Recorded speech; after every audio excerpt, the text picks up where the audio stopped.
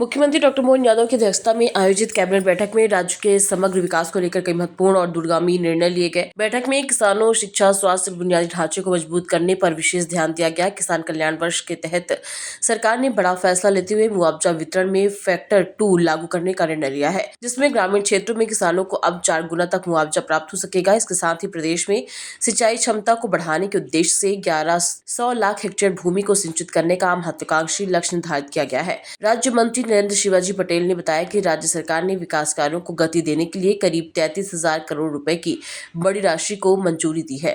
इसमें उज्जैन क्षेत्र की 157 करोड़ रुपए की सिंचाई परियोजना शामिल है, जिसमें 35 गांवों को लाभ मिलेगा। साथ ही केन बेतवा परियोजना के अंतर्गत छिंदवाड़ा जिले की सिंचाई योजनाओं को भी स्वीकृति दी गई है।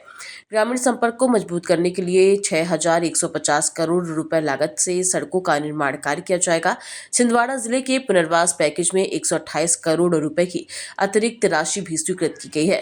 उन्होंने बताया कि शिक्षा के क्षेत्र में भी सरकार ने अहम निर्णय लेते हुए अगले 5 वर्षों तक कक्षा 6वीं और 9वीं के विद्यार्थियों को निःशुल्क साइकिल वितरण के लिए 990 करोड़ रुपए की मंजूरी दी है। नए शिक्षक प्रशिक्षण संस्थानों के विकास हेतु 1200 करोड़ रुपए खर्च किए जाएंगे। स्वास्थ्य सेवाओं को बेहतर बनाने के लिए सीएम केयर योजना 2026 को अगले 5 वर्षों तक जारी रखने का निर्णय लिया गया है, जिस पर 3,628 करोड़ रुपए खर्च होंगे। मेडिकल कॉलेज और जिला अस्पतालों में मरीजों के परिजनों के लिए आश्रय स्थल बनाए जाएंगे तथा 2028 तक इस लक्ष्य को पूरा करने की योजना है। यशस्वी लोकप्रिय मुख्यमंत्री आदरणीय डॉक्टर मोहन यादव जी के नेतृत्व में एक ऐतिहासिक निर्णय हुआ है। हमारे किसान बंधुओं की, किसान संगठनों की बहुत लंबे समय से ये मांग थी कि जो भी शासकीय निर्माण कार्य होते हैं, सार्वजनिक निर्माण कार्य होते हैं, उनके लिए भूमि अर्जन होती है, उसमें किसान बंधुओं को, जमीन मालिकों को उचित मुआवजा मिल जाए। इसके लिए जो मध्य प्रदेश भूमि अर्जन, पुनर्वासन और पुनर्व्यवस्थापन उचित प्रतिकार और पारदर्शिता का अधिकार अधिनियम 2015 है, उसमें मल्टीप्लिकेशन फैक्टर के पुनर्निर्धारण का प्रावधान है। और जो हमारे केंद्र सरकार का एक्ट है 2013 का, उसमें भी इस मल्टीप्लिकेशन फैक्टर को अधिसूचित किया गया है। और ये मल्टीप्लिकेशन फैक्टर तय करना राज्य सरकारों का विशेष अधिकार है। अभी जो अपने अधिनियम है उसके अंतर्गत यदि फैक्टर 1 रहता है तो किसानों को दुगना मुआवजा मिलता है।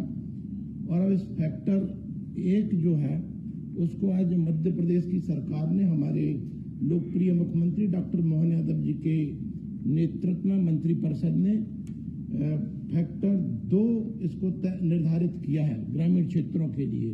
तो निश्चित रूप से पूरे प्रदेश में सभी ग्रामीण की जो कृषि भूमि है उसके लिए फैक्टर 2 का निर्धारण हुआ है।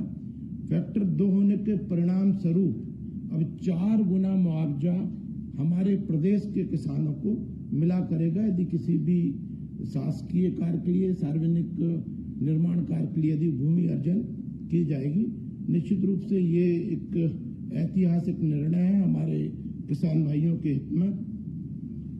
साथ में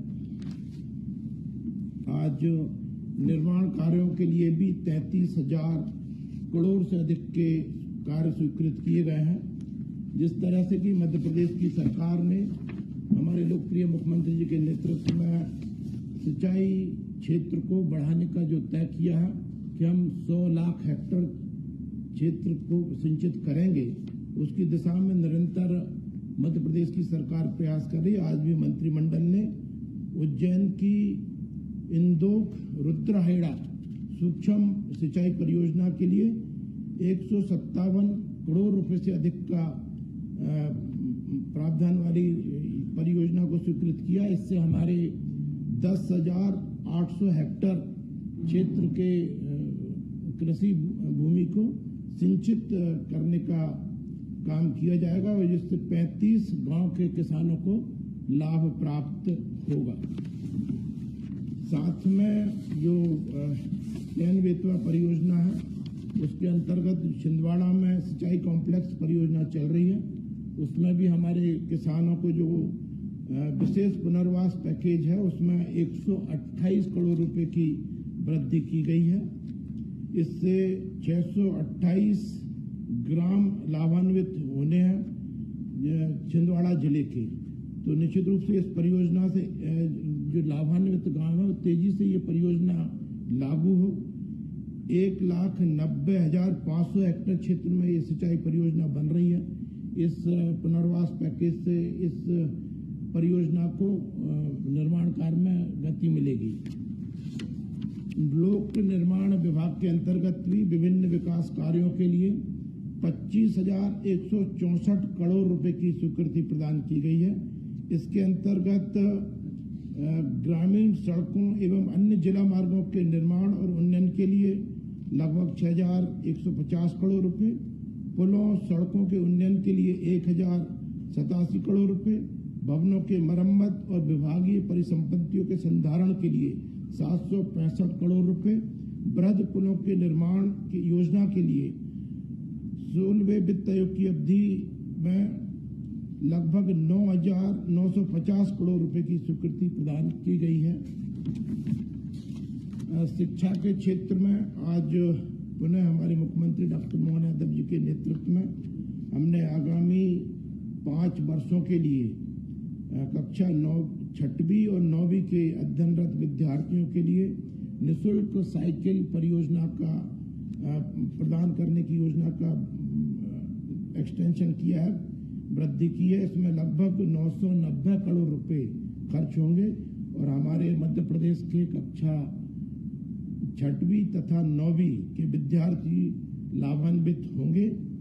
साथ में जो हमारे शिक्षक प्रशिक्षण संस्थाएं हैं उनके खर्चे के लिए तथा उनसे संबंधित संस्थानों के सुदृढ़ीकरण से संबंधित 8 परियोजनाओं के संचालन के लिए 1200 करोड़ रुपए से अधिक की राशि इसमें खर्च की जाएगी। निश्चित रूप से इन प्रशिक्षण संस्थानों से हमारे मध्य प्रदेश के शिक्षकों के प्रशिक्षण से लाभ प्राप्त होगा, जिसका लाभ हमारे मध्य प्रदेश के विद्यार्थियों को प्राप्त होगा। मध्य प्रदेश में उन्नत चिकित्सा सेवाओं की लगभग 5,779 करोड़ रुपए आज स्वीकृत किए हैं। मेरे को बताते हुए आपको बड़ा हर्ष है कि माननीय मुख्यमंत्री डॉक्टर मोहन यादव जी के नेतृत्व में सीएम केयर नाम से एक योजना लाई जा रही है। इस योजना के तहत 3,628 करोड़ रुपए आगामी 5 वर्षों में खर्च करने की योजना बनाई है। इस सीएम केयर योजना के माध्यम से जो ऑन्कोलॉजी है अर्थात जो कैंसर के इलाज के जो 3 सेक्टर हैं, सर्जिकल, मेडिकल एवं रेडिएशन, इसमें वृद्धि की जाएगी। कार्डियोलॉजी, कार्डिक सर्जरी तथा विभिन्न अंगों के जो प्रत्यारोपण की इकाइयां हैं उनके प्रावधान किए जाएंगे। इसके लिए शासकीय निवेश के साथ साथ निधि प्राप्त होगा। डॉक्टर मोहन यादव जी के नेतृत्व में मध्य प्रदेश के मंत्रिमंडल ने ये बहुत जन उपयोगी निर्णय किया है।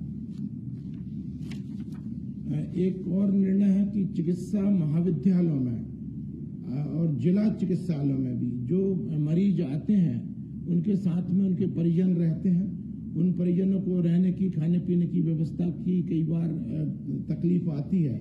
उसके समाधान के लिए इन संस्थानों में हम नो प्रॉफिट नो लॉस के आधार पर नॉन प्रॉफिटेबल ऑर्गेनाइजेशन जो रहते हैं उनके माध्यम से इन सभी जगह चिकित्सा महाविद्यालयों में, जिला चिकित्सालयों में ऐसी व्यवस्था करेंगे कि उनकी परिजनों के रहने की और खाने पीने की समुचित व्यवस्था हो सके।